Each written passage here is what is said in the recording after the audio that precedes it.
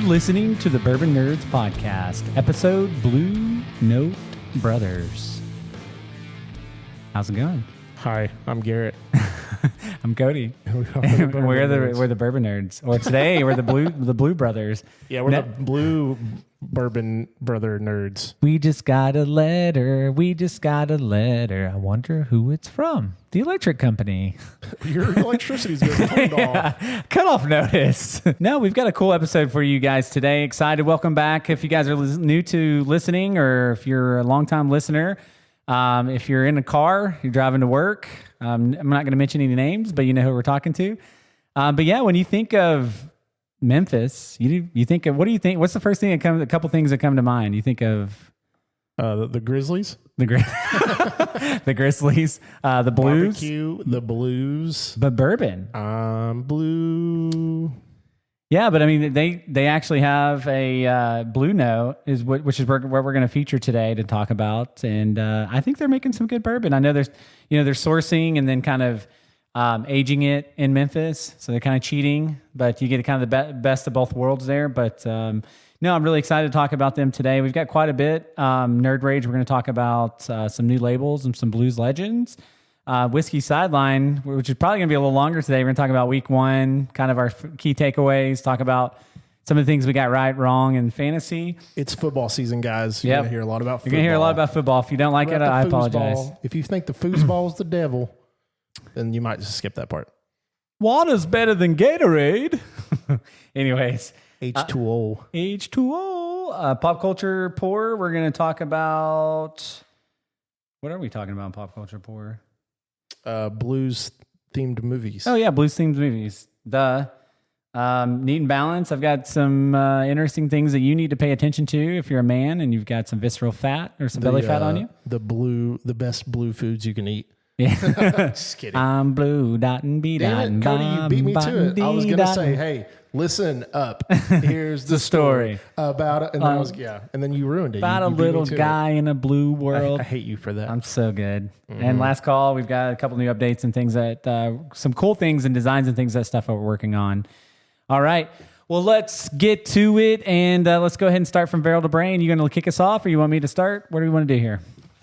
You can't triple stamp a double stamp. So a couple things about Blue Note. So they are the oldest distillery license in the city of Memphis. They are, I believe they started in 2014. I forgot to write that part down. Yeah, they were founded in 2014. Well, they got their license. Yeah. Apparently. They're held by BR Distilling Company since 2018. They're located just outside of and this is in quotations, heat island effect that many urban areas experience.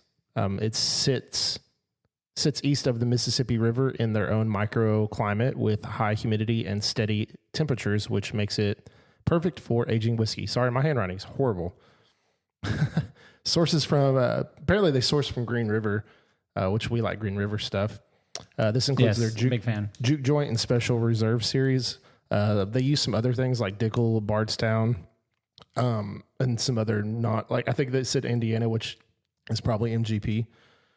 Most of their bourbons mash bills are 70% corn, 21% rye, 9% malted barley. Some of their single barrels are 78 corn, 13 rye, and 9% malted barley. So just a few things about Blue Note there. Do you have some things that you want to share? Yeah, I've got a couple things. Their identity is really born in Kentucky, raised in Memphis. That's kind of what they stand by. They're doing the aging process due to the high humidity and temperatures. As we've seen, we've talked to many distilleries. We've got the Texas heat. You get Oklahoma crazy weather, as you guys know, and then and I think Blendery are a perfect example of the how weather and climate can really impact the aging of whiskey and bourbon. So I think what's also unique about them, they're pretty young, and again they're sourcing, but they're sourcing some great stuff. I mean, they also, we have in front of us right now, we have their regular Blue Note Juke Joint, which is 93 proof, unfiltered. You have what over there? What do you have? I have the Blue Note Crossroads. This one's really cool. So it actually has like a blues singer with a guitar and like the highway signs. This one is finished in toasted French oak. It's 100 proof. I like this little thing on the side. It says this unique expression combines the unmistakable boldness of Blue Note bourbon with the sophistication of the finest toasted French oak crafted from an artisan cooperage in Central Val de Loire. I don't, my French is not very good. Pardon my French. Taste in every sip the unforgettable intersection of notes that embody the inherent spirit of the blues.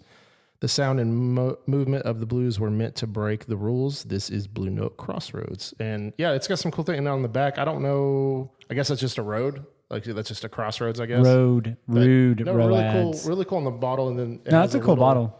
Has a World's Spirit Competition 2023 double gold. So yeah, so I did want to talk about, because they've actually won some pretty reputable awards. In 2024 in San Francisco World Spirits Competition, they won platinum medals for the Juke Joint and Crossroads. They won the Ascot Awards. They got double platinum for their rye. And they've won a few other awards. So those are some key awards that they've won. When I take a sip, and I haven't had the Crossroads yet, it's just kind of a proofed up version of the Blue Note. A couple things that I want to talk about, because I want to stay a little bit more on Barrel of Brand, because we've had a lot of experience. We're giving you a history, but I want to also share our experiences. Garrett and I, first blind we ever did, and we did a bunch of basic bourbons. I threw this Blue Note Juke Joint in. I hadn't tasted it in a long time. Was it that one or was it the uncut? No, it was this one. The uncut was the one at the drop, so I got two stories to share there. Oh, okay. So, and this actually got third place, and we had some bangers in there. I think it was like 1793. It was Knob Creek 9. I think Eagle Rare was in there. But I mean, there were some really good standout. I think Four Roses was in there too as well, the small batch. But it won third. I mean, it was, and it was kind of like opened up Garrett and I's eyes, because I didn't think it was going to do any. I thought it was going to get last place, and it didn't. And that goes to show you the power of doing a blind and challenging what you think you know and what you're tasting. When I taste this, and you can give yours in just a second, and I'll move over to the Crossroads, I get a lot of like kind of a sweet corn, vanilla, apricot kind of, from the mid to back palate. So I don't know if the Crossroads is just amped up. So I'm going to take a sip of that real quick. I get a little bit of honey, almost like on the nose for sure. Well, and whenever I taste it, I get that honey, almost like honeysuckle from like the little flower thing that you would suck on back in the day. No, it's very good. And just a little bit of... I think it's the vanilla that you're it could be the vanilla, yeah. Just a little bit of info on me. I'm not the biggest French oak fan. And so when I got this, I was kind of hesitant. And I'm talking about the Crossroads. I was kind of hesitant about it because I'm not really the biggest French oak fan. I get a weird flavor from French oak stuff. I don't know why. So it's not my favorite. It's good. If you like French oak, I think you'll really like this one a lot. What are your first thoughts on the Crossroads there? Yeah, it's just a little bit more amped up. I get a lot more apricot than I do in the other one. It's a little bolder. I think it's richer. It's got a better finish. It's just that stringency from the French oak that I'm just not a huge fan of. It's got a little more oak for sure. I think that's the proof amped up from just 7 proof. But there's a big difference from a 90, 92, 93 to 100. I mean, when you start getting 100 is when I really feel, unless you're like Michter's 10-year bourbon, which is just insane how you can pack that much complexity and flavor in a 94 proof bourbon. I mean, Eagle Rare's done it for a long time. That's true. Eagle Rare's really good. Russell's 10 has, I think it's age. I think age helps lower proofs for sure. True. Yeah, I mean, you get more oak and barrel notes and all that stuff. But no, I think the price points too, the Juke Joint. Sorry, I don't even know what word. Joint. Joke Joint. There you go. Blue Say Note. that 50 times fast. It runs around $35. The Crossroads around $45, depending on where you get it. Right, price is going to vary. We're using like specs. Kind of specs prices. The Blue Note Uncut. So this is funny. One of my earlier drops that Gary and I attended, I took this Blue Note Uncut. It wasn't even the Texas Select one, which is even better. And I was sharing it with people, and I was like, hey, how do you like it? Without really trying to like kind of conceal what it was, because it was kind of darker. We got there super early in the morning.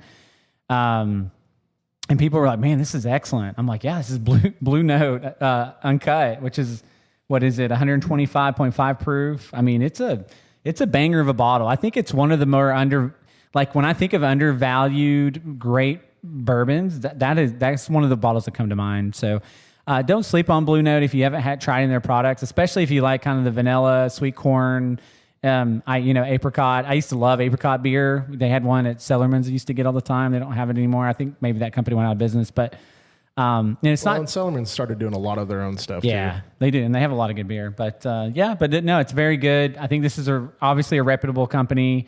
I don't see it pop up a lot, like people, saying it's my favorite or talking about it. I think they have a great history, even though they're fairly new. Memphis and the Blues are cool, man. So I think this is a cool company. You should definitely check out. We're gonna, pop open. I also have the Special Reserve that I got at one of the Apollo drops. This is a Blue Note, and it's good. It's just unique. It's different. There's a lot going on. Yeah, there's like 20 different There's like 30 things in it. I'm just gonna read this to you guys really quick. And this is 116 proof. I wish it had a little bit more proof, but it's got a blend of straight bourbon whiskeys, finished in cognac, vanilla cognac, Madeira, sherry, port, triple sec, apricot, brandy, vino de naranja, which is an orange in Spanish. Look at my Spanish ability. And then it's Amontillado cast, which I have no idea what that is. Look at his Spanish ability, guys. Yeah, ole.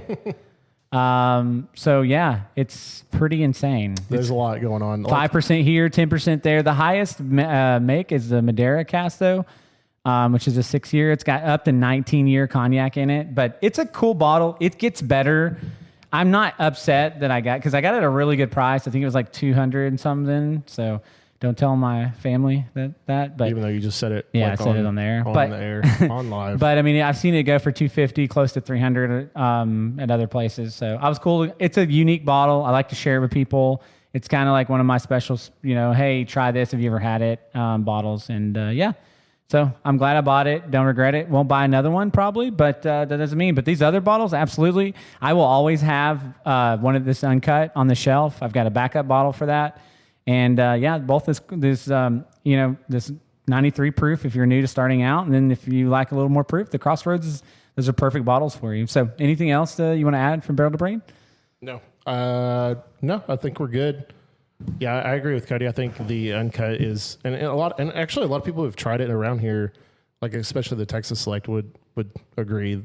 It's just one of those things that you don't really think about, but it's one of those bottles that'll really stand up against any of the other high proof bourbons. So yeah, and the juke joint again is just an easy sipper. Like it's super smooth.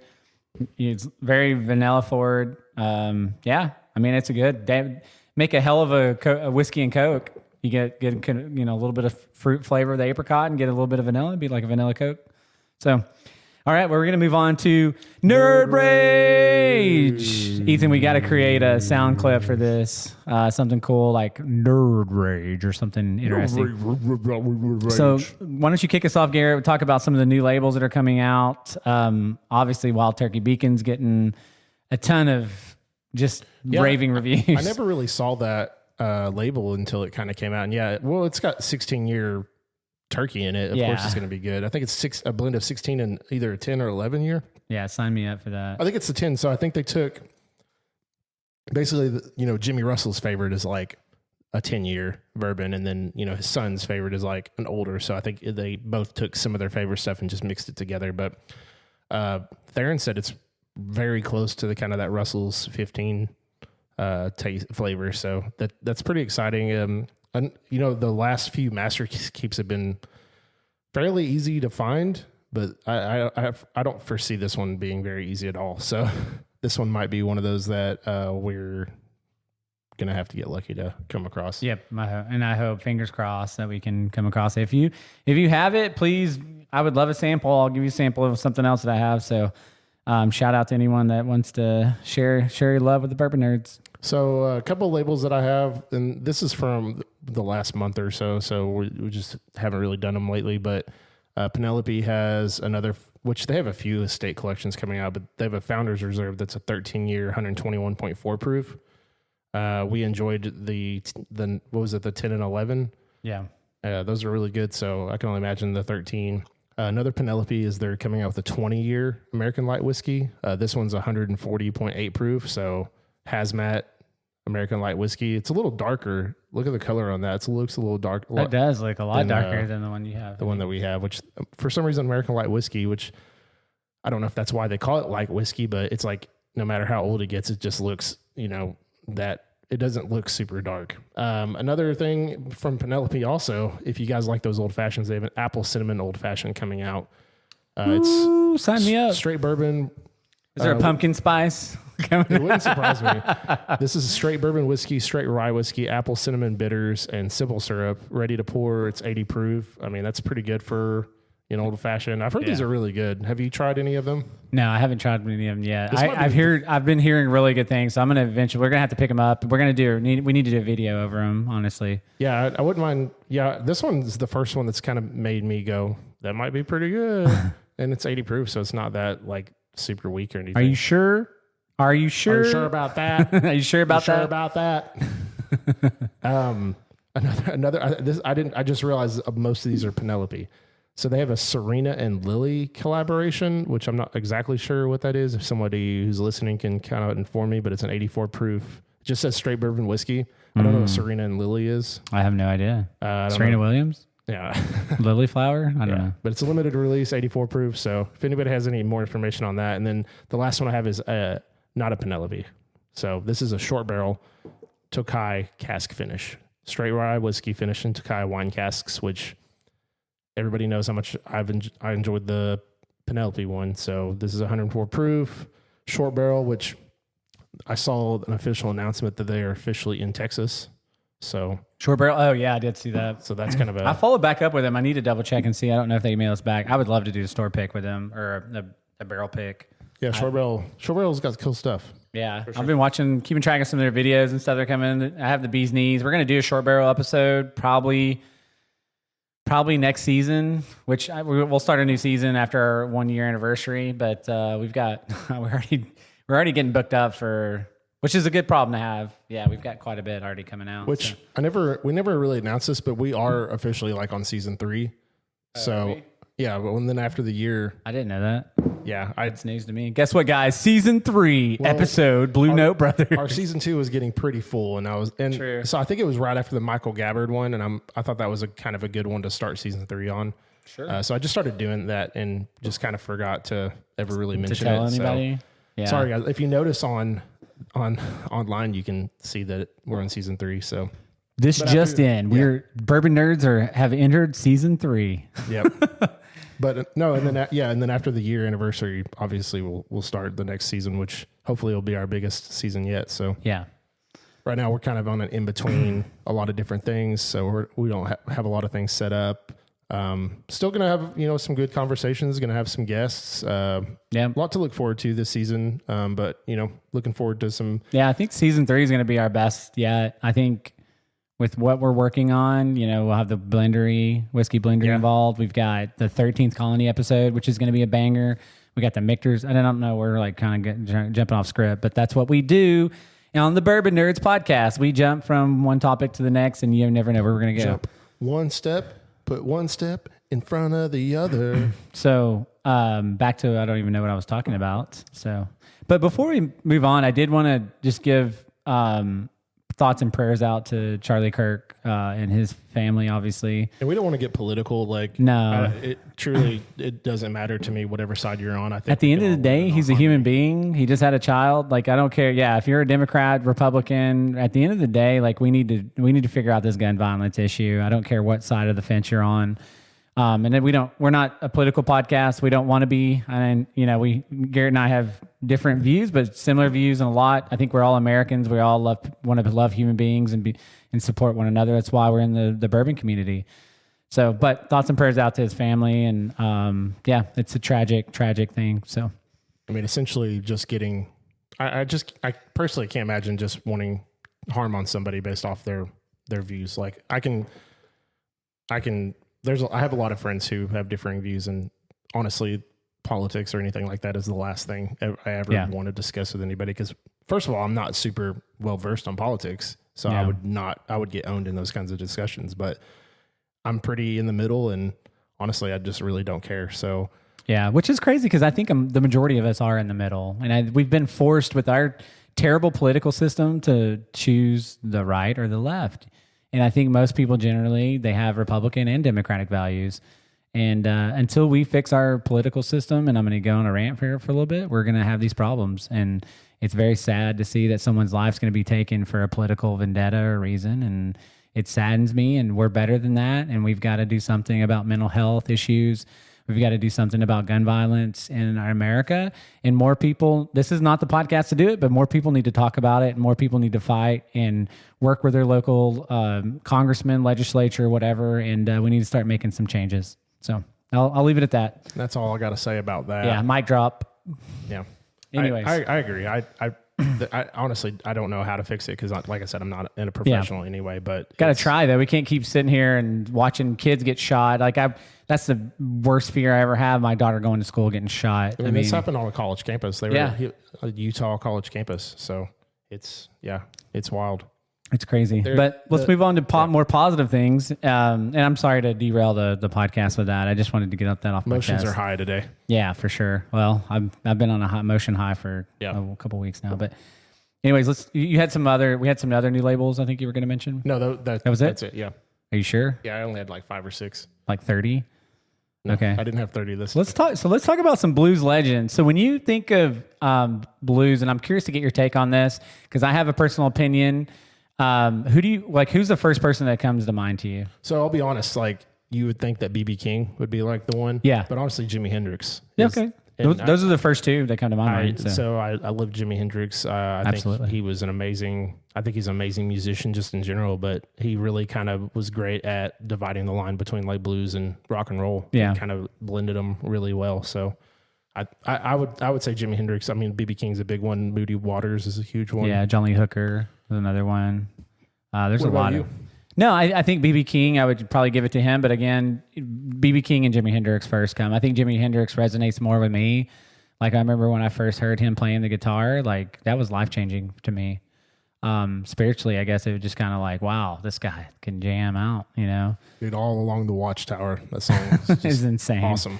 Yeah. So, I mean, I love the blues. You know, it's crazy because it's like I don't listen to a lot of blues, but, you know, I see a lot of blues in a lot of the music I like today, like bluegrass. Like, I really like bluegrass stuff. Like, so I'm on the country, which is blues inspired. I like folky music. Yeah, like Tyler Childers. I think Chris Stapleton kind of falls into that. He kind of has his own genre. He's kind of country, blues, like kind of all over the place. But Jack White does a lot of really cool stuff. Like, not necessarily, well, I guess some with like the White Stripes, but also his other band, which was called, what was that band called? I don't remember. We forgot Stevie Ray Vaughan too. Yeah, I mean, Stevie Ray Vaughan for sure. And then there's the Dead, is it the Dead Weather? Is that what they're called? Sounds familiar. Hang on. The Dead South. I'm so silly. The Dead South is one of those bands that do a really cool job of blending like country and like folk blues kind of stuff. Yeah. I remember, so I got a funny story to tell about my past when I was working in call center. Well, I was on the phones in call center. I still work in the call center industry. I worked for BMG. You remember that CD company? Buy 12 CDs, buy 3, get 12 free or whatever it was. I remember if anybody ever said blues, I'd be like, BB King. And so, yeah, we got the best hits of BB King. I remember selling it. So that's how I even like learned about blues. I was like, I'm going to go listen to this BB King guy. And then I kind of like went down a rabbit hole, listening to other blues. I like blues. I think blues are good. I really wanted to, and I haven't been able to really cross this out. There's a jazz festival in St. Lucia that happens every year, but I really want to go to like a bluegrass or blues festival, just kind of hang out, listen to a bunch of new music and stuff. I think that would be a lot of fun and cool. If you know about one, let us know. I'd love if you can. I'm sure there's got to be a bourbon festival. You can mix those two things together. And there actually is a bourbon festival with like that's also a music festival, and they have a lot of like country and kind of artists and stuff. Yeah, I'll have to look back up and I'll have to send it to you. But I saw that not long ago. I was like, this seems like a festival that'd be great. Yeah. And can we take a quick time out? This Blue Note Uncut is insanely good. It's very good. It's so good. It's very good. I'm sorry, guys. If you haven't had it, you are missing out. It's delicious. As soon as I drank it, it's so 11. much better than it's, and I guess we're proof whores, but it's nuts. It's just so good. It's nuts. It's corn. I'm not gonna do that. So, but anyways, yeah. Do we have anything else on? Real quick, just back to blues music. The reason, and a lot of music these days doesn't feel like it tells a story or it has like feeling, you know. There's a lot of just like it's like artists have a certain set of things they have to hit, and it's just your basic. All right, here's a song, throw it out there. But with blues, it tells a story. It really kind of makes you feel something. And if anybody's ever watched the movie Sinners, which is a newer one, I think it does which we'll talk about that more here on pop culture pour later. But it does an amazing job at kind of like talking about how blues kind of like really kind of takes you back into the past, and then they kind of blend it with, the vampires wanting to use the music to find their families and things like that. It's really, I think blues is just an amazing genre, and I wish a lot of music these days would go back to more telling stories. Like even like a lot of rap music these days is just whatever. It's kind of hard to listen to, but even back in the day, like Tupac and Biggie, they told stories, man. I don't know. I just feel like a lot of the music industry's lost that luster, I guess. Boats and hoes. Yeah. Classic. That's sad. I'm not trying to be derogatory in any way, but I mean, that's what the music is all about mostly. And there's some that still tell stories, but it's another thing why we love bourbon, and being a bourbon nerd is learning the stories and history about bourbon. Bourbon and whiskey has influenced our country and where we came from and our history, and a lot of the wars and how the Industrial Revolution and steamboats and all that. Wow, that was funded by bourbon and whiskey. We forgot about Ray Charles. Ray Charles, yeah. Dude, we forgot a bunch. Eric Clapton. Yeah, there's a dude. Do we want to go through? I could list a whole bunch of people. Howlin' Wolf, Etta James, Albert King, Freddie King, May Rainey, Buddy Guy. Did I say Moody Waters earlier? I meant Muddy Waters. Muddy Waters. I don't know if you said Moody. I don't remember. T-Bone Walker, Son House, Big Mama Thornton, Willie Dixon, Coco Taylor, Charlie Patton, Jimmy Reed. I mean, Blind Lemon Jefferson. Oh, yeah, for sure. Mississippi John Hurt. Joe Bonamassa, he was at Choctaw not long ago. Really? Yeah. Oh, I didn't know that. Let's see that. I mean, we could keep going. Otis Rush, Robert Cray, Skip James. I mean, dude, there's legends. Memphis Slim, Bobby Bland, Luther Allison, Reverend Gary Davis, Sonny Boy Williamson. I mean, there's a ton. So shout out to all the blues and people that love blues out there. If you like blues, we'd love to hear from you. If you got a song, because I forgot, I didn't have anything prepared for what are you listening to? Oh yeah, I do actually. I have a band that I've been listening to. But yeah, I think that'll close out Nerd Rage for today. Let's move over to my favorite topic, Whiskey Sideline. Let's talk about Let's start off with WTF. I went 1-4 this week. This is the worst week 1 in fantasy I've had in the history of me ever playing fantasy. I was 3-3, but I would have won if Caleb Williams wouldn't have overthrown DJ Moore on that touchdown. Nobody cares about you, Garrett. Like I was down by 5. I'm 1-4. Yeah. I'm hurt, and again, I had some really close games. I have really good players that didn't do a damn thing. If you look at the top wide receivers from week 1, which you sent me that list, it was like there was Puka Nacua was like the only one out, and there was a top early, yeah, I mean, like top 10, top 15 pick. Amon-Ra didn't do good. AJ Brown didn't do good. Jamar Chase didn't do good. Nico Collins, Jamar Chase. Even CeeDee Lamb was pretty good. Yeah, 7 for 110. Dude, think about what he could have done. He had like three drops, I think it was. I mean, 18 points is still... yeah, but he should have had 25, 26. But yeah, he still had a good game. But he had some critical... If you're a Dallas Cowboys fan, he had an absolute terrible game because he cost you potentially the game. I was really impressed with the Cowboys. We can talk about the Cowboys-Eagles. That was a Thursday night game, kicked us off. I have some things on here about things like that. But before we get too deep, I'd like to just talk about our teams and how we feel about week 1. So if you want to start with that. I hate it. I do too. I hate my week 1. I could have easily... So I should have won... Talking about Broncos. We can talk about fantasy teams also. I'm not happy. Bo Nix did not look good. Our defenses, who I thought they won us that game. They're going to win us a lot of games this year. They're great. Our defense is excellent. You are not going to be able to throw consistently on the Broncos. Our backfield, our safeties. Obviously, I think Barron's going to be awesome. He needs a little bit more playing time, but Patrick Surtain is showing you continuously why he's Defensive Player of the Year last year. And Nick Benito and just our front line, and Drew Greenlaw didn't even play. He got injured, and we didn't even have one of our best linebackers. So watch out for the Denver defense. They're coming to town very soon. Bo Nix looked awful. He made some terrible throws. I think he had a pick 6, I believe. I think he threw a pick 6, if I recall correctly. And I was really busy Sunday. I didn't get to just sit down and just really enjoy and watch football. I was trying to be productive and do a bunch of stuff while I was watching. I had a game on, then I had like a kind of like a red zone type channel on. And I was watching it, kind of different things, trying to flip around and do stuff. But yeah, I mean, I think Bo Nix will be better. Cortland Sutton looked good. I think RJ Harvey is as advertised. I think he's going to be a stud. They just need to give him more rep. Yeah. I don't think J.K. Dobbins looked that good, personally. He looked slow. Yeah. Yeah, he did. I wasn't too impressed with him, but he can still pound it in there. RJ Harvey's just a smaller frame guy. He's super fast. Well, I think they're kind of easing some of these rookies in. Like Travion Henderson didn't get a ton of work either. Yeah. Amarian Hampton looked pretty good. He didn't have a good fantasy week. He had some tough. He had a lot of tough runs, but he looked good if you're watching the game. Yeah, and this is gonna irk me. So I mean, it's week 1. Bo Nix didn't look good. He almost lost us the game. I think he'll get better. I'm not concerned yet. If he has another week like that, then I'll start hitting the panic button. But I think Tennessee's defense may be better than what their pre-ranked was. They were ranked one of the lower defenses, but they looked sharp. Their cornerbacks, I forgot that cornerback that picked him off, but I mean, like he read that route he's just insane.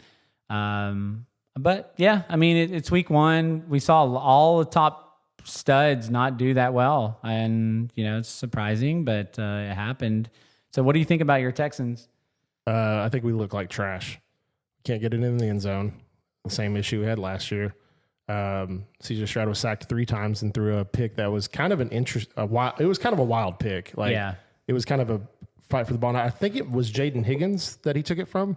Not 100% sure, but I don't think that one was all on CJ Stroud. But we have a new offensive coordinator, so it could be some struggles trying to learn a new offense. We have old man Nick Chubb running the ball, who actually he had 13 carries for 60 yards. Not the worst running game. Let's see. Nico Collins had 3 catches for 25 yards. Our highest receiver was Jaden Higgins with 2 for 32. Our offense looks not great. And then Dare, whatever his last name, I can't ever say. He lost a fumble, but our defense looked pretty good. Will Anderson had 3 tackles for loss. Al Shazier had 7 tackles.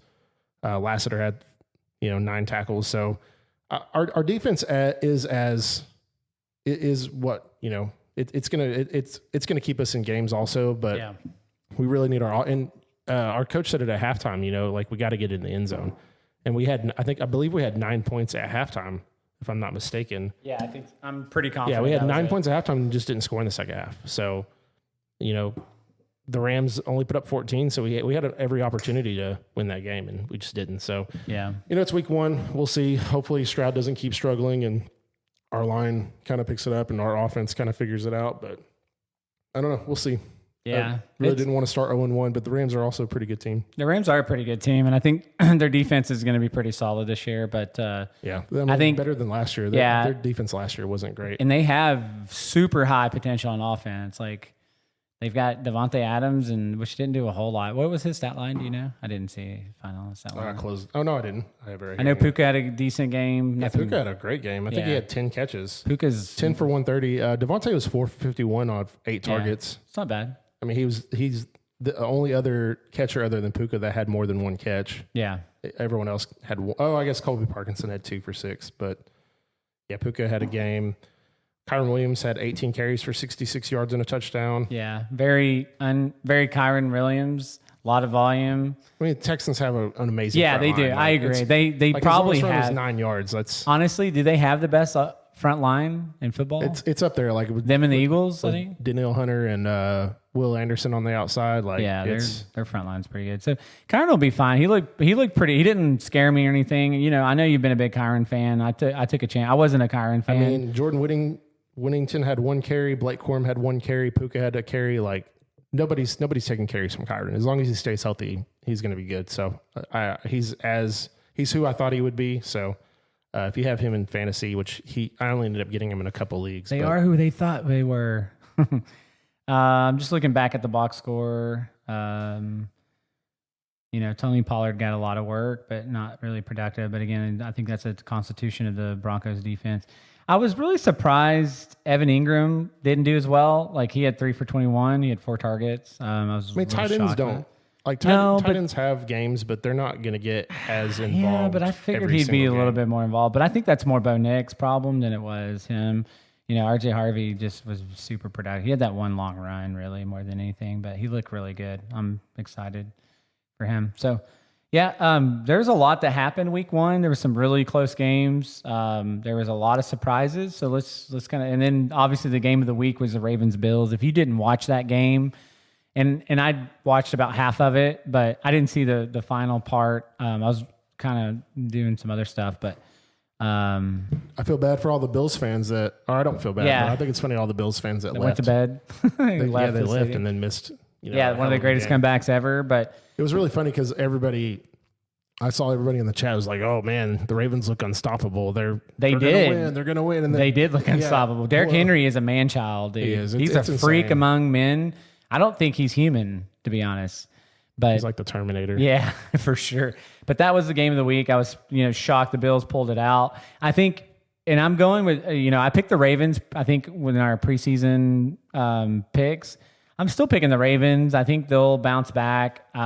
Bills could easily be in the Super Bowl, but I think it's going to go through the Ravens or Bills. I don't see another AFC team stepping up. Ever since the offseason with all the moves they made, I've been big on the Chargers. I think the Chargers are going to. I will say the surprise team of the week for me was the Chargers. They looked amazing against. Dude, Justin Herbert was insane. If Herbert's healthy and he has weapons, they're going to be really, really, really hard to stop, and that's exactly what's happening. Looks like he has 4 weapons. And they got a great coach who's been to the Super Bowl before. So I with all the moves they made in the offseason, and they looked pretty good at the end of last season. They were still kind of figuring it out. And Herbert was he had some injury problems last year and didn't really have a whole lot of weapons. Quentin Johnson kind of struggled, but this year they have a lot of weapons. Keenan Allen's back and they look great. I actually had it up here. Chargers legit contenders? ? Agreed. They the way they look, they're gonna. If they continue to look like that, they'll win the division. I had the Broncos winning and the Chargers and then Chiefs third.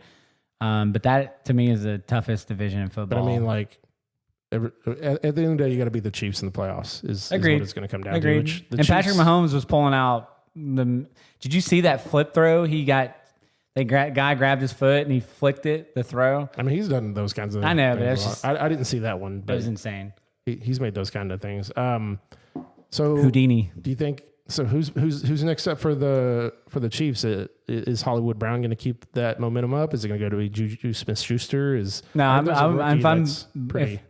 I'm putting money on somebody, I'm putting it on Hollywood Brown. There's a rookie that's pretty quick until Rashee Rice comes back. Yeah, what is he out for? 3 games? 6. 6 games? Yeah, that's a lot. And I drafted him in one of my leagues just because I had a lot of depth. But if I can make it to the playoffs and he comes back, watch out for my team. So is Danny Dimes back? He looked pretty good, dude. He did look good.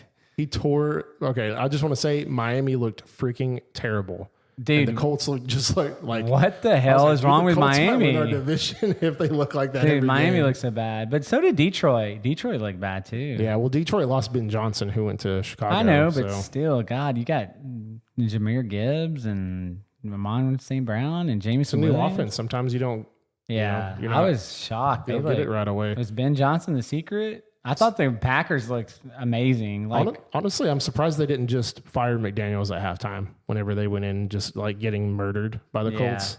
I'm kind of surprised they still haven't fired him because... Yeah, I don't know. He must have some naked pictures of the owner or something. I'm not sure. I'm sorry, Tua is not the guy. He's just not. I think he's had too many concussions and is just not there anymore. Yeah. He just doesn't look... He doesn't look good. He doesn't look poised. He doesn't look comfortable in the pocket.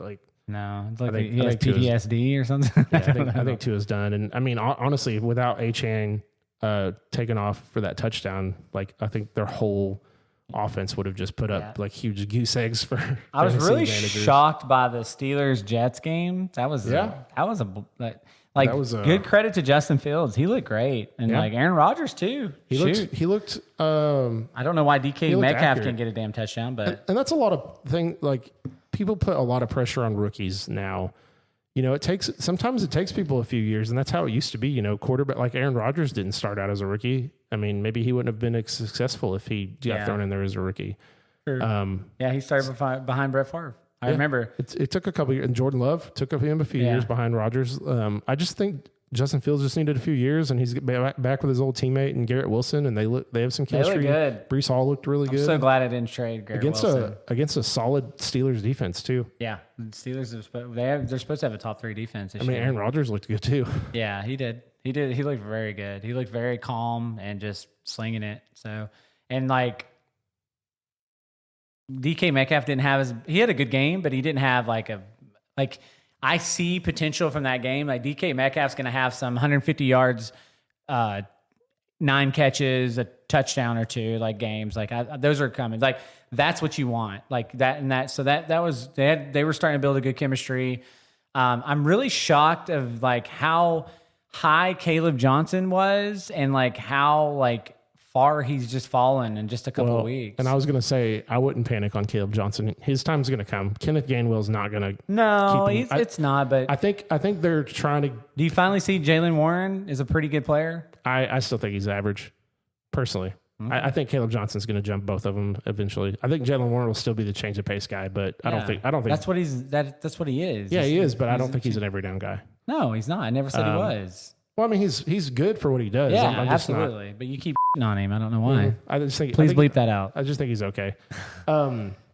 Caleb Johnson will take it. I think his pass blocking has been kind of lacking, and that's kind of what they're trying to work on. So if you have Caleb Johnson, stash him. Don't drop him. If you drop him, I'm picking him up. If you're in our league, absolutely. Don't drop Caleb Johnson yet. So he's and that's why I draft a lot of running backs. Like I have 3 or 4 running backs I can start and hold on to Caleb Johnson. If he takes off, then cool. If not, whatever. He's just a roster spot. So let's go into a little bit. So we're talking about teams and like surprises. What players shocked you? Harold Fannin. I was going to bring this up. Yeah, he looks like the tight end 1 over Njoku. Which doesn't make any sense to me. Everyone was raving about him all I understand, but Njoku was a beast last year. Absolute beast. But that shocked me. And I thank God I got Ty Warren in my Dynasty League because I'm instantly starting him. He looked like he looks like the next Brock Bowers, which is crazy because Brock Bowers is only a sophomore. Wait, who's like Brock Bowers? Ty Warren. Oh, Tyler Warren. Yes. Yeah, Tyler Warren. I've been talking about Tyler Warren all. I know you have. Yeah. Tyler Warren. And I was wrong there. You were right. Not wrong because I knew he was going to be good, but I thought Colston was going to be better, a little bit better long season. But it's week 1. We can't just jump to conclusions. Also, Jawan Get Johnson. It? Jump to conclusions. I hope if you're listening, I hope you've seen that movie. If not, and the movie I'm talking about, I can't think of the name. What is that movie? I'd have to look it up. I don't. Holy smokes! How many pieces of flair do you have? Oh, that's Office Space. Yeah, Office Space. One of the greatest movies ever. If you haven't seen that movie, go out and watch it. Thank me later. Damn, it feels good to be a gangster. Go grab you a bottle of Blue Note Juke joint. I believe you have my stapler. Have you seen? I haven't received my check. I'm going to burn this building down. I wouldn't say I've been missing it, Bob. I don't know why we haven't done a lot more Office Space. I love that movie. Actually, I'm going to go watch that movie later tonight. Jawan Johnson. 11 targets, 8 catches for 76 yards. I picked him up in my league. I was so happy I got him because Kittle got hurt. I got him. Did I get him in? No, I didn't get him in any of my. I didn't get him on the waivers. Well, I just picked because I have Trey McBride in like every league except my league, and I have Kittle who just got hurt. He's out for a couple weeks, so I got Juwan Johnson. Breece Hall. Breece Hall was one which we talked about a little bit earlier. I was shocked because they have been raving about Braylon Allen, which I have him in Dynasty. I'm super excited, but Breece Hall still looks like the real deal. I'm like, there's so much skepticism on certain of these players, like Travis Etienne. I'm shocked by that. So he did such a good job. They traded freaking Tank Bigsby. Kayshon Boutte. Is that how you say it? Yeah. Or Boutte. I'm not buying into that yet. He had a couple of solid games at the end of last year. Him and Drake May started to get some chemistry. I'm not buying into him. It's tough because, and that's the thing is like, they're like, oh, he's got good chemistry with Demario Douglas. Oh, he's got good chemistry with Stephon Diggs. Yeah. Oh, look out for that rookie. I can't even think Drake of his May name. still got a ways to go. I'm a little skeptical. Still. Yeah, I think he's got all the intangible and 100%. Another player who he's going to get better. Me. I'm not giving up on him. I think he's going to be solid, but he's still got some work to do. JJ McCarthy. Just looked out of his element in the first half and then just came out like a freaking asleep at the wheel. So that, like, if you want a definition of a winner and a loser, JJ McCarthy's a winner. And Caleb Williams is a loser. Yeah, he is. And you saw a championship caliber quarterback in the second half. And it's night and day difference. To be young and that was his first NFL start, right? Yeah, because he got hurt last year before he even played. To be able to get a pick six, to be able to just get destroyed in the first half and come out and win your team the football. You just won the locker room, number one. You just got all the confidence in the world. And I still want Justin Jefferson to catch like 30 balls, and I didn't because I lost my dynasty league because of freaking Josh Allen. Dang it. And I had Lamar Jackson. But Josh Allen had like 1 million points, and that's what's the difference in the game. And then T. Higgins didn't do anything. The whole Bengals offense. Just took a crap, yeah. I don't know who looked worse, the Bengals offense or the Miami's offense. Yeah, that's crazy. But I'm not worried about the Bengals offense. I am worried about Texans Miami. Offense. That's why I didn't want anything to do with Tyreek Hill. I didn't want anything to do with Jalen Waddle, even though I love that talent. I was trying to ship A-Chain. Yeah, A-Chain. I know. You were trying to get Kyron Williams. I'm like, I don't really want that, man. I really wanted you to take it. Yeah. I almost would have just traded him straight up, A-Chain for Kyron Williams. If you would have done that, I might have pulled the trigger on it. Yeah. I was being greedy. Considering it, and then I got that offer for Chase. I'm like, oh, okay. And then now I turned Chase into Bijan. So yeah, which is good. I'd rather have Bijan. Mustard. Yeah, Bijan, Obi-Wan Kenobi.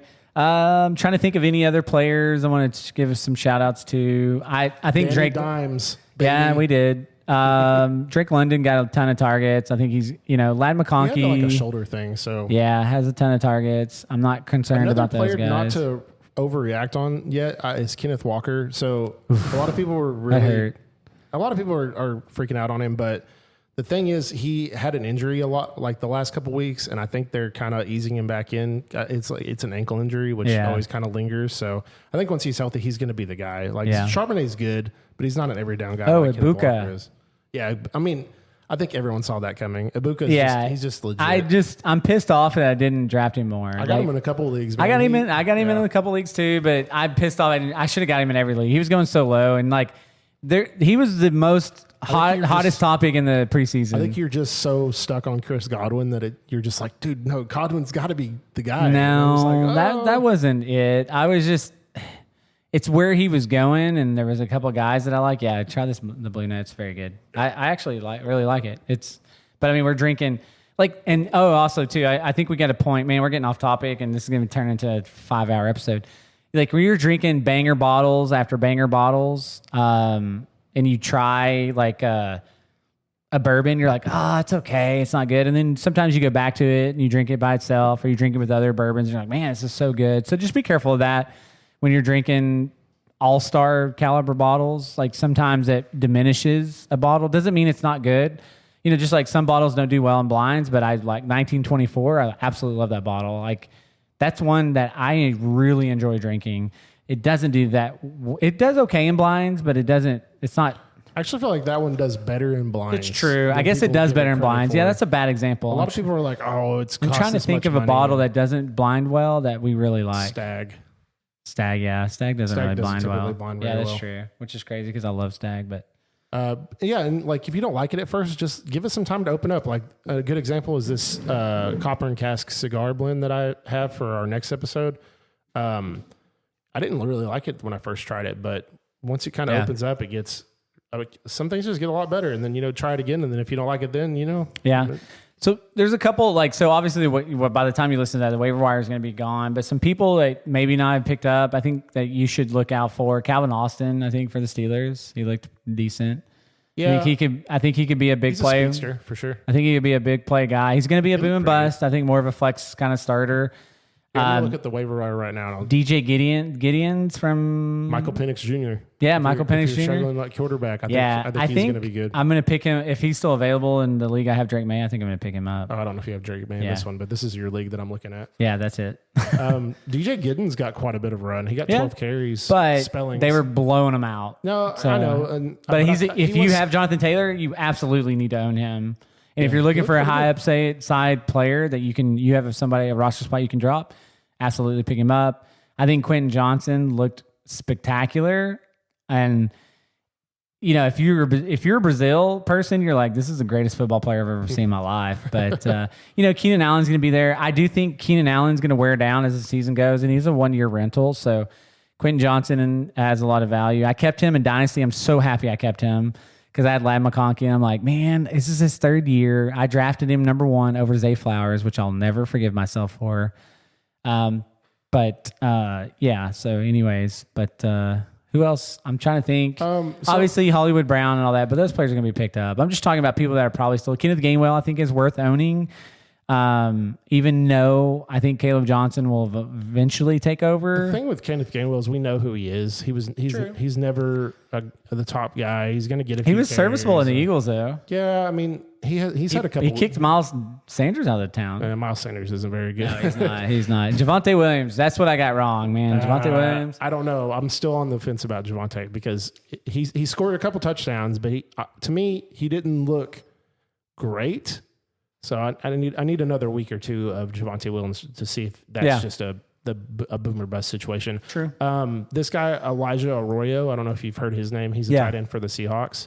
He didn't have a great game, but he only played 15 snaps. I think if you want to stash like a potential league winner tight end, I think he has potential. Not saying he's going to, but yeah, I think if Hunter Henry's on the waiver wire, I like him a lot this year. Hunter Henry, yeah. I'm a big fan. He didn't of him. have a huge game, but Oh, no, I'm not thinking. I'm sorry. I was thinking Hunter Renfro, but yeah, Hunter Henry is. I mean, Hunter Henry's always been pretty solid. I think someone dropped K. Dodd in this one. I don't think that's. I mean, he had 3 targets. He didn't have any catches. I mean, I get it. I think Mason Taylor could be another good rookie tight end. So I'm not giving up on Njoku yet, though. But that new rookie tight end looked good. Fannin looked so good, dude. He did. It was insane. He's who I picked up in this league because I had Kittle in this one. Yeah, I picked up Juwan Johnson. I was so happy I got him. Yeah, I had Juwan Johnson first and then Fannin second, so I ended up getting him. And then another one to look out for who has some good matchups coming up. If you have defense, is the 49ers defense. They were actually only 39% owned. Yeah. And their defense looked really good. Yeah, Brock Purdy looked good. They played New Orleans they're already week. hurt. Brock Purdy's hurt. Juwan Jennings, I don't know if he's hurt or wants a contract. Dude, if you can get him for Ricky cheap, Pearsall. get Ricky Pearsall, 100%. Oh, God, Because Kittle's out, Juwan Jennings out. Ricky Pearsall looked good. Show. He still looked good. Yeah, no. That was a guy that I was high on Juwan Jennings, and then I changed. I'm like, yeah, I think Ricky Pearsall's the guy. I was high on Ricky Pearsall, and I got him in 0 leagues. I know. He was in an awkward people were reaching spot. for him. Yeah, they were, absolutely. Which they rightfully should. It was kind of the same area as some other receivers that I liked a little more. So it's just like, I don't feel like reaching for him in this round. Yeah. So other people felt differently, I guess. Hopefully the Lions bounce back. I got David Montgomery in the league, and I'm very concerned about that. Gibbs in 2. They're going to give Gibbs more run. I think Montgomery's going to get some touches, but it's if you're relying on him to be a starter, I don't know if he's going to get there for you. He could be a flex, maybe, but yeah.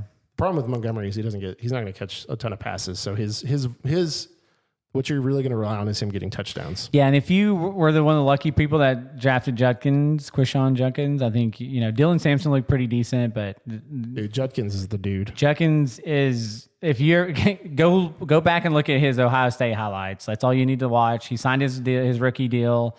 He's gonna be the guy. It's just a matter of time. Speed, so he missed the first. So he was on the commissioner's exempt list. I got him in Dynasty at the 11th pick. I was like, oh my god, I couldn't believe it. So the commissioner's exempt list allows you up to 2 games. So he could probably still miss this because he wasn't really a part of training camp and stuff. So he's got some catching up to do. All right, so last player, and then we're gonna move on to Pop Culture Report. But Trey Benson looked pretty good. Yeah, I mean, that's been coming for a while. Yeah. James Conner is eventually going to get overtaken. And that's why I didn't draft James Conner this year. And I didn't get any Trey Benson, unfortunately. I have him in my Dynasty League, though, so I've just been hoarding him. I'm waiting, and he showed me that he's getting to the point where he's ready to take over. James Conner's still got gas left in the tank, but as the season progressed, James Conner is always dealing with an ankle injury or some kind of leg injury, so Trey Benson's somebody, if you own or if you see him on the waiver wire, scoop him up. You'll thank us later. So, all right, we hope you enjoyed that Whiskey Sideline. Now we're going to move over to Pop Culture Pour.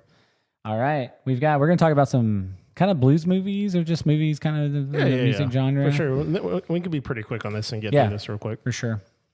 So just some movies I have that it's blues movies, musical-based movies like that aren't musicals, but some that I have on here are Oh Brother, Where Art Thou? Oh, yeah. That's such a good movie. A lot of people don't know this, but it's actually based off of the story of the Odyssey. Yeah. Which is great. When I found that out, like, my mind exploded. You go back and watch it like, oh, okay. Yeah, okay.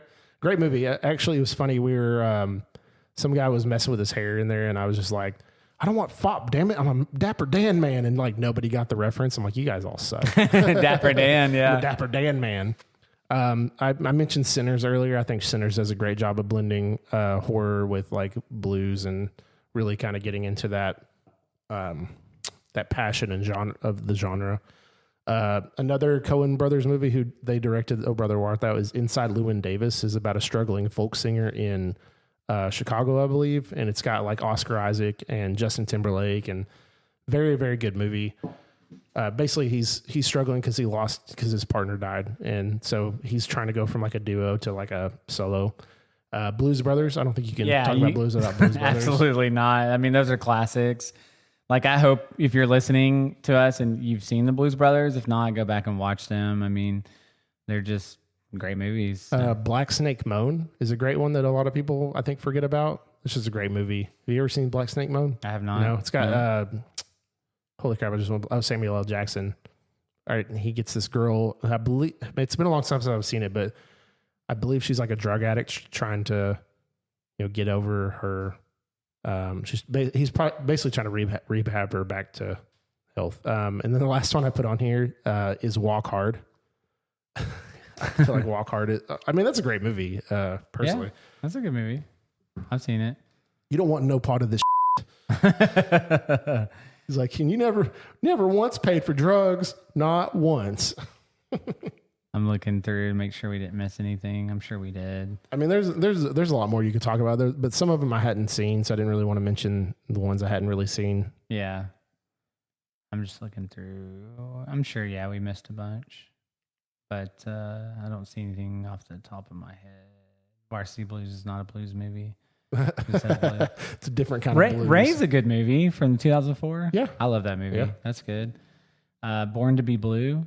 That's a good movie. You could also probably bring up A Star is Born. Like, there's been like 4 different A Star is Borns, but talking about specifically, I guess, the Bradley Cooper. Yeah. Recent with Bradley Cooper and Lady Gaga. Yep. No, that's a good movie. That's sad, dude. I cried. Tell me something, girl. That if you didn't cry in that movie, you're not a human being.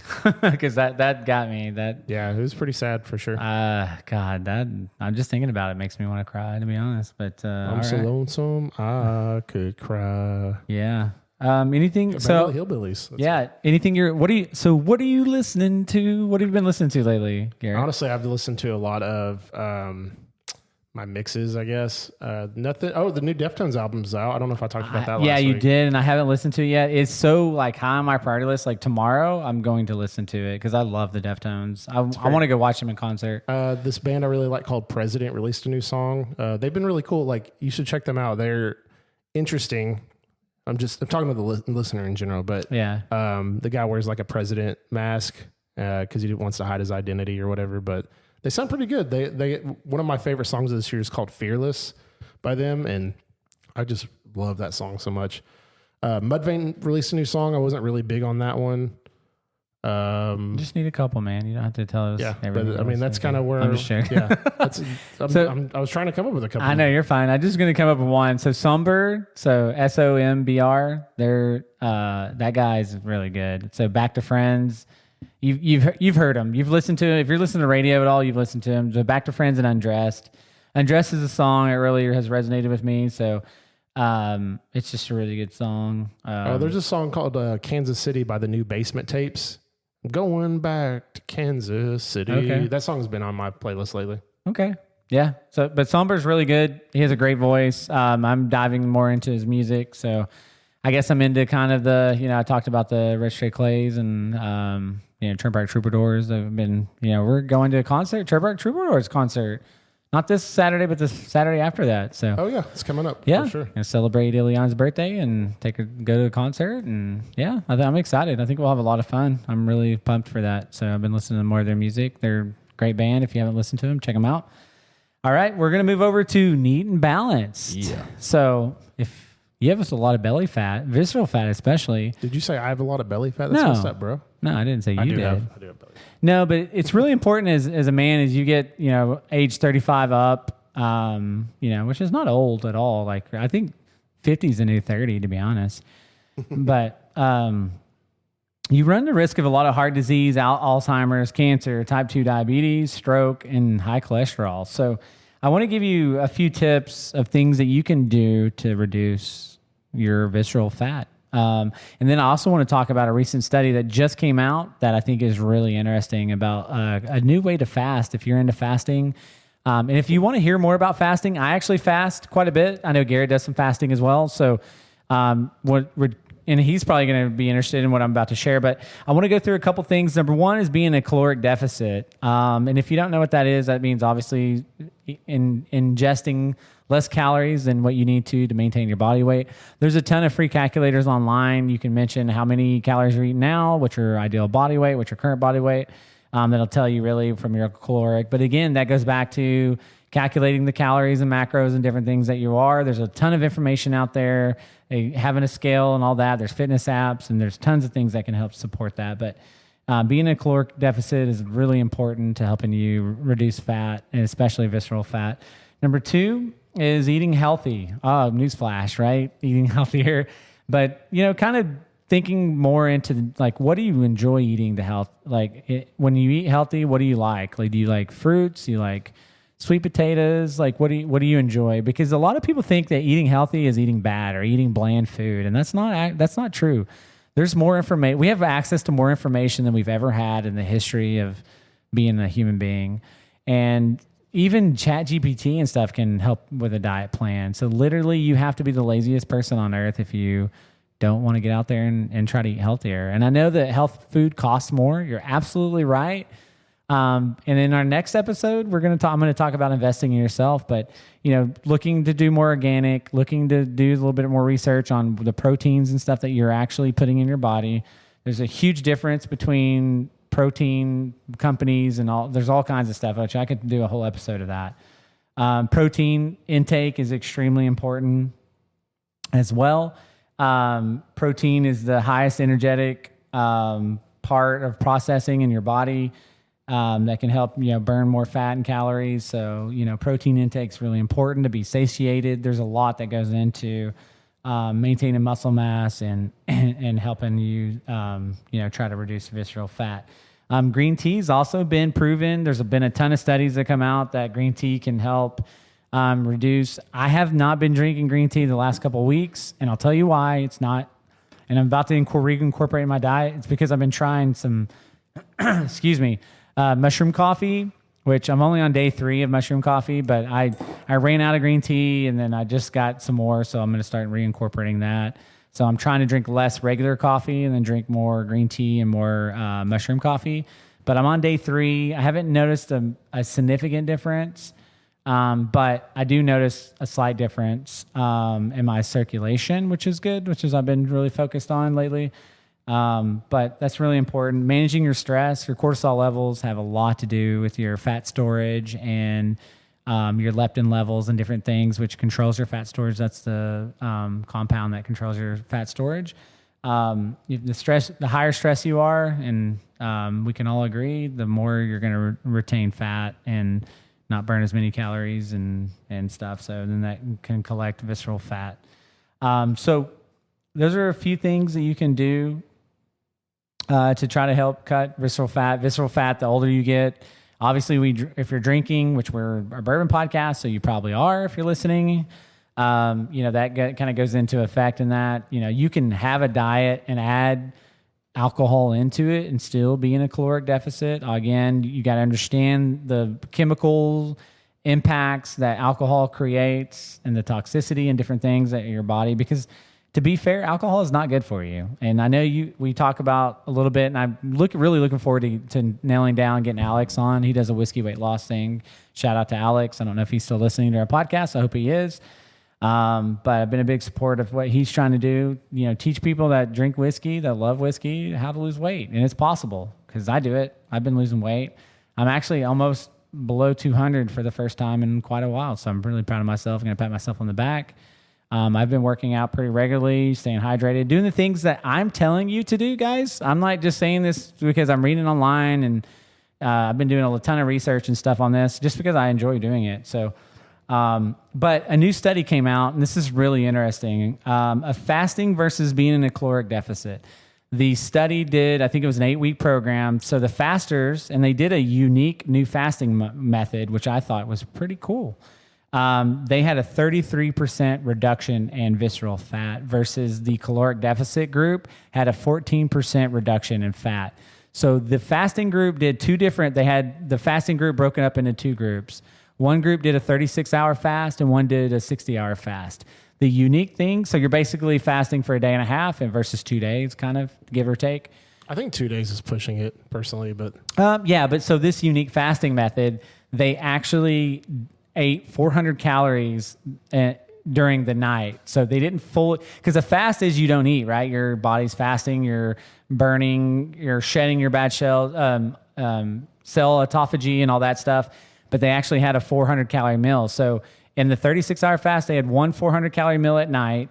And the 60-hour fast, they had one 400 calorie meal and the night. So they had 2 400 calorie meals, which obviously you want a high protein meal. You want 20 to 40 grams of protein per meal. That's where you should always be setting. So it's hard to do that in 400 calories. No, it's not. 40 grams of protein? Greek yogurt, 100% easy. Chicken, Greek yogurt broccoli, pretty chicken, high broccoli, easy. Too. That's easy 40 gram protein. It's not that hard if you cut out a bunch of extra sides and stuff. But I'll have that. I'll put some meals together. That'll be a good topic for not next episode, but the episode after that. I'll put some 400 calorie meals together. I have to look at what mine is. Because I get quite a bit of protein and I eat basically the same thing. I'll have to look at what my calorie intake is for that. I think it's like 400 or 500 or 600 or something. But I just think this is such a game changing study that came out. And I think Thomas de la Flor, if there's a guy you're going to follow on YouTube and you're looking at health, Thomas de la Flor is amazing. So basically in 36 hours, so you're not doing a full fast because you're eating a 400 calorie meal. Okay. So, which is really interesting because the whole thought of fasting was you don't eat at all. You don't break your fast. That's like kind of combining fasting and a calorie deficit. Yeah, kind of together. But I think, there's a 33% reduction in visceral fat versus 14. That's over a double. That's insane. That gives me hope because I've been fasting and broke a fast. Like I have a protein shake or something. And I'm like, oh man, I broke my fast. But now I'm like, dude, can you break your fast and still do a good job? And maybe it's better to do that. Why are they doing it at night? I think just because how your body absorbs the protein and stuff at night. Because I was heard you didn't really want to eat before you're about to go to sleep. Exactly. Just how the study did. I don't know. I need to do a little bit more investigation. How many hours it was before the action? Because I think it's like 2 to 4 hours before you go to sleep. I think it might be 2 hours, right? Like you don't eat 2 hours before you go to sleep, something like that. No, but I think this is in the evening. Yeah, and that's what I thought this study was like. Just super and interesting. To see that much and visceral fat, and there's some new studies coming out. Like one of the things about fat is you can't just work a part of your body and burn fat on that specific location. There is some recent research that's a little contrary to that, but there's not consistent evidence that you can just work out abs and burn your stomach fat. Obviously, you build more muscle, you're going to burn more fuel in there, and then obviously if you're losing overall body fat, you're going to slowly attack your visceral fat. But I think being a male and even being a female, visceral fat's really important. Something, to a point where if you get enough visceral fat internal, it wraps around your internal organs. There's cost and risk to it. So it's something you could really consider. So I thought that'd be a really topic. I watched a ton of videos and information, and I thought this would be a really good topic to talk about. So I hope you found this informative. I hope you take some of the ideas and put them in your daily life and you see it. And again, I'm not a doctor. I'm not a nutrition expert, but I do have a biological health science degree, and I do a lot of research and look at medical journals and studies like a nerd. So, but Nerd. I wanted to share that. So let's go ahead and move over to Last Call with the Bourbon Nerds. So last call, and really? Scene. And scene. Yeah, no. So Garrett's working on some really cool stickers that'll have a QR code. It's so it had a QR code related to a link tree that'll go to all of our social platforms. Yeah, because we have a ton of them, and you have to have a ton of them this day. It's like streaming services. If you want to watch a football game, you have to have 37 of them. But like this one's on Amazon Prime, and this one's on Paramount Plus. Yeah, and just want to reiterate, I haven't. We're kind of like, I'm focused on family. He's focused on family. He's got to start a new schedule, all that stuff. But we are getting ready. Grapes and Grains on the 27th. We are going to be out in full force. We're going to be there early. We're going to be giving away bottles. We're going to be giving away stickers, probably some T-shirts, selling T-shirts. We have our own merchandise website, which the QR code will link to that. If you haven't bought any merchandise, you want to support our podcast, we would greatly appreciate it. If you're not subscribed to our YouTube channel, please, please, please go to our YouTube channel and subscribe, like, comment. We want your opinion. We want your feedback. We have people message us all the time, right? We're trying to get our Facebook group up and running. It's getting a little more traction. We're a part of Someone Say Whiskey. We're very supportive in that group. I love those guys, Randall and Alex and Josh and all that. And I think that was Josh's wife that had surgery, I believe, the other day. So I hope that went well. But praying for them. And they have a couple. Did you say Someone Say Whiskey has a couple releases coming up?